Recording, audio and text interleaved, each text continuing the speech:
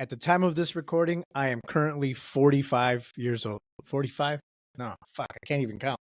44 years old. Hey, what's up, guys? At the time of this recording, I am 44 years old.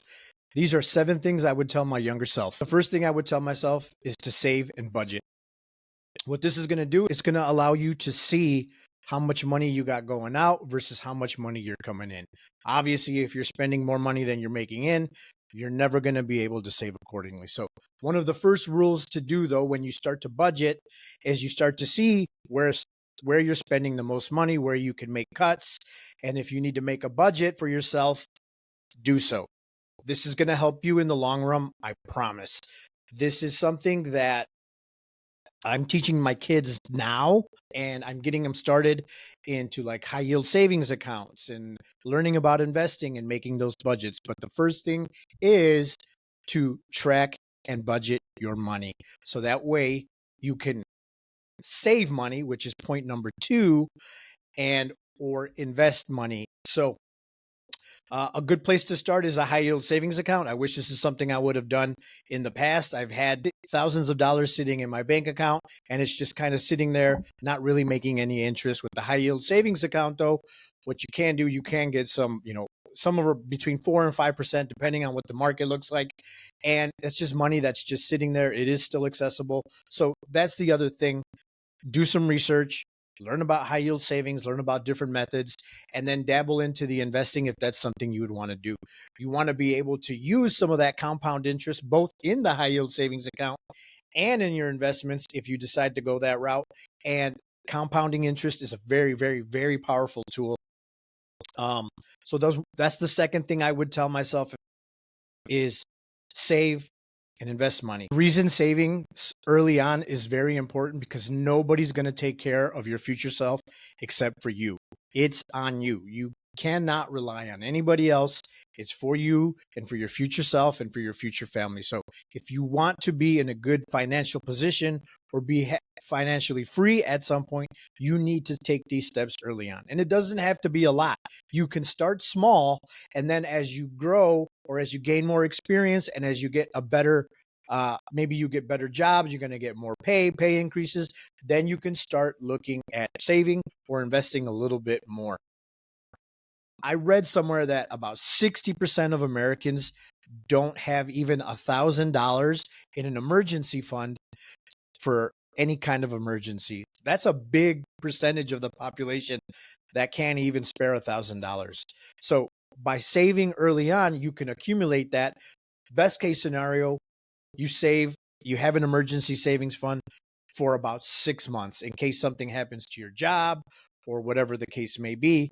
But at first, you want to start with $1,000 and have that in your emergency fund. Again, the high yield savings account is going to get you interest over time. You're not going to get that interest anywhere else. So you might as well take advantage of it rather than letting it sit in your bank account. Hey guys, really quick, if you guys are enjoying this conversation or the content that I'm putting out, I would greatly appreciate if you guys would subscribe to the channel. It would help me out tremendously in building my channel. Also, I'm actively looking for guests. If you would be interested in coming on and having a conversation with me or have an awesome story to tell, I'd love to hear it. I'd love to meet up. If you guys are interested, my contact information is below in the description. So if that's something you might be interested, just reach out. All right, guys, sorry for the interruption. Let's go ahead and get back into the conversation. The third thing I would tell myself is take care of your health. Health is important. Now, coming from a military background, we always had to do some sort of fitness. But during my time in the actual military, we would do obviously our fitness training once a year for testing. But I would never really take fitness seriously. It wasn't really till probably the later part of my career where I actually started taking it a little bit more serious. Guys, growing old is a privilege. And if you don't have a healthy body, and if you're not active, your body is going to break down. So it is very important, not only for your physical being, but also for your mental being. So fitness is very important, whether that be running, walking, weightlifting, body weights, calisthenics, whatever the case may be, do it. Do whatever appeals to you. Stay active. The one thing I will say, though, is as you grow older, Your bones will get weaker, but there is a good way to reverse that, and that's by some strength training. And it doesn't even have to be heavy weights. It can be push-ups and sit-ups and squats and pull-ups, but that is going to help keep your body in shape, mobile, able to do things, and able to walk around, and lessen your risk for any potential health issues down the line. The fourth thing I would tell myself is try different things. I wish somebody would have said, just try it. The only way you're going to find out what you're truly passionate about or what you want to do in your life is by trying different things. You're not going to know if you don't try. You have interest in doing, starting your own business. Go ahead, give it a dabble. See what that's like. You need to fail early on so that you can learn, gain some experience, and then you know what not to do the next time or how to improve the next time you try something. So the biggest thing is dabble in whatever kind of interest you have and find what it is that you want to do.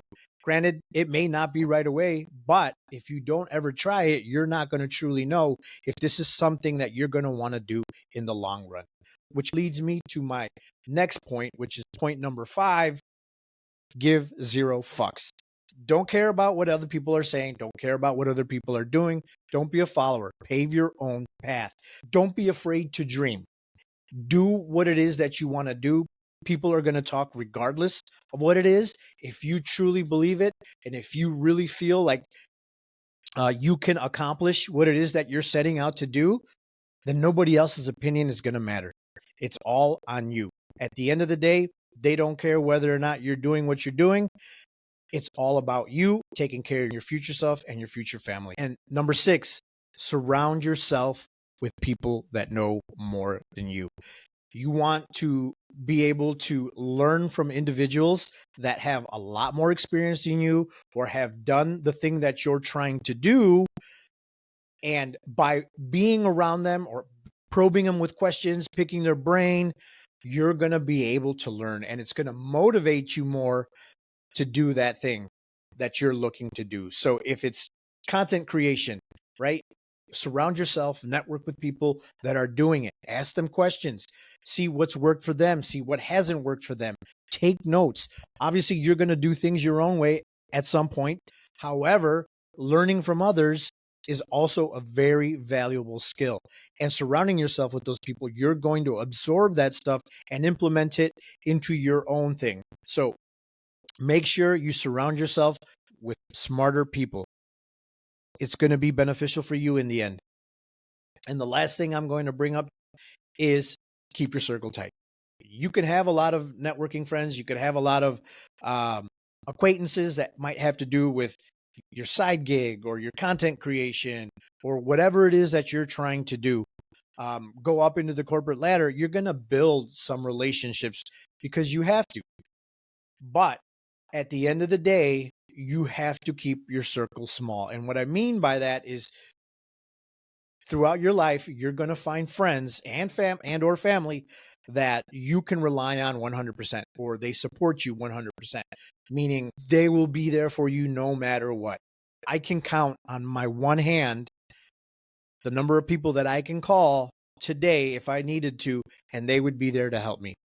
And that is a pretty small circle. It's a pretty powerful thing to be able to do that.